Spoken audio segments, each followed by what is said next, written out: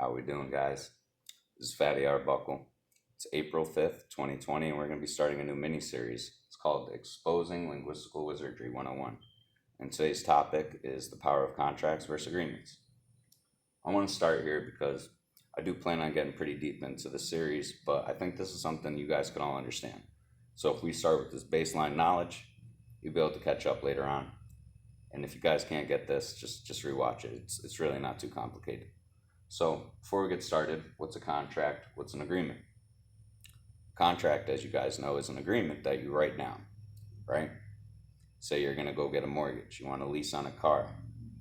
Say you're getting a service like cable internet, right? You got to sign a contract for that. An agreement, you don't always need to sign a contract for. I can come to a mutual agreement with one of my neighborhood teenagers, right, to walk my dog for $5 a day.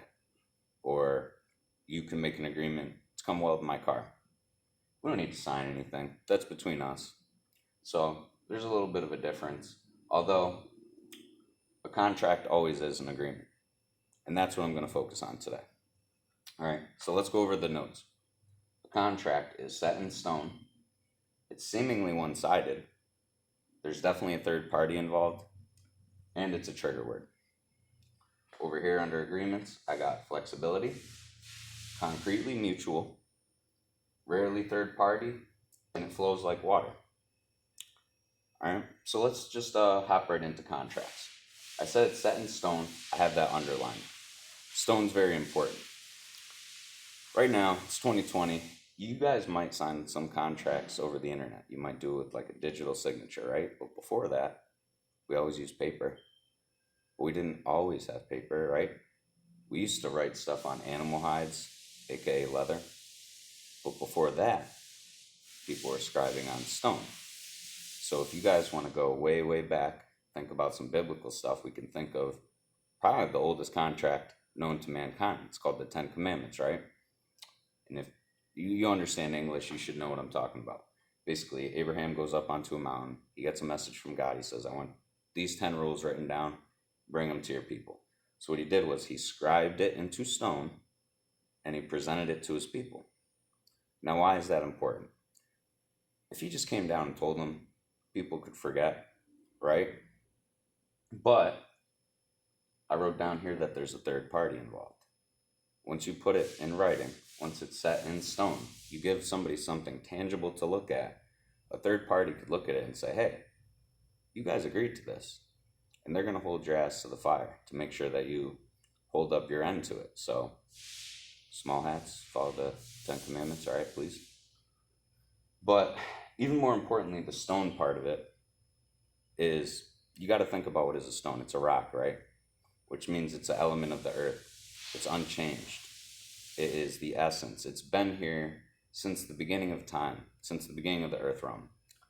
So, when you see something written in stone, you might assume that it is the essence of what is. Maybe you don't think about it that way, but subconsciously you do. Okay? Because it's in stone, it's an element. I don't know how much more I could say about that. It's the essence, it's what is, was est, so yes. But a contract can sometimes seem one-sided, right? And the example that I'm thinking of right now is somebody calls up to cancel something. Say, I want to cancel my cable, I want to cancel my home alarm system, whatever it might be. And the guy on the other side of the phone says, well, sir, I'd love to do that, but you still have 12 months on your contract. And what's the first thing you think? Fuck. You get all the wind blown right out of your lungs, right? Because you're like, man, this guy's got me. It's set in stone. And somebody's going to hold my ass to the fire. Who? The third party. Because there's something tangible to look at for them that says, hey, with all due respect, you did agree to this.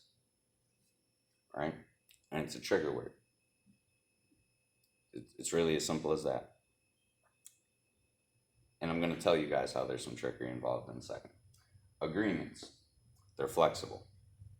If I ask my neighbor to look after my dog and his grandmother's sick and he has to go take care of her, I'm not going to hold his ass to the fire. I'm not going to sue him for that, right? It's flexible. It's mutual agreement between me and him entirely, and there's no third party that could dictate whether that could be changed or not. If it's an agreement, it has to be mutually agreed upon the entire time. And here we go, concretely mutual, rarely third party. Flows like water is the interesting one. This is going to apply for people that are in sales or people that are trying to cancel stuff like a service, right? Remember a minute ago I said you call up, the guy's going to say, hey, you signed a contract. You get pissed, you get triggered, you know there's a third party involved. But what if you said, well, we did agree upon another 12 months. When he says agree instead of contract, he's kind of doing a subconscious mental judo flip on you. You came at him, I want to cancel, I'm pissed, fuck this service. And he goes, man, dude, you agreed to this. When you agreed to it, that word, concretely mutual, you had just as much power in it as the person who is holding the actual contract to you. So, if you're in sales, from now on, instead of ever saying contract, you're going to say, would you like to sign an agreement? And you're going to try and make it flow like water. All right, let's think of an example right now. I deliver heating oil, right? And so I've been in the field and I know a lot of people get automatic deliveries. You probably need a contract for that. Maybe you don't. But let's just assume that you do. When someone calls up, maybe they saw a promo, hey, I saw you were selling oil for $1.20. What's up with that? Hey, that's our promotional price, but if you sign up for that, we do have something where we're going to have to come out for an additional 750 gallons. If you live in Connecticut, New Hampshire, Vermont, that's not that long. It's like a year or two, right? But because he said, yeah, you're just going to have to sign an agreement so that we can sign you up for the automatic delivery. There's really no pressure on that. You're just agreeing, hey, yeah, you're going to give me that promotional price. I'll get oil from you for the next 750 gallons. But if he called up and said, yes, sir, that is our promotional price, but you are going to have to sign a contract that would make it so that you have to purchase an additional 750 gallons from us, that doesn't flow like water. And again, as soon as you say you got to sign a contract, it's going to trigger them. All right. I'm not really sure if there's very much more on the subject that I could go into. I just wanted to give you guys an introduction into what the series is going to be about. Contracts versus agreements. I guess I could throw one more thing in there. If somebody's saying, do you want to sign an agreement, he's asking you if you want to sign a contract. And it's as simple as that. That guy might be a wizard or a really good salesman. All right?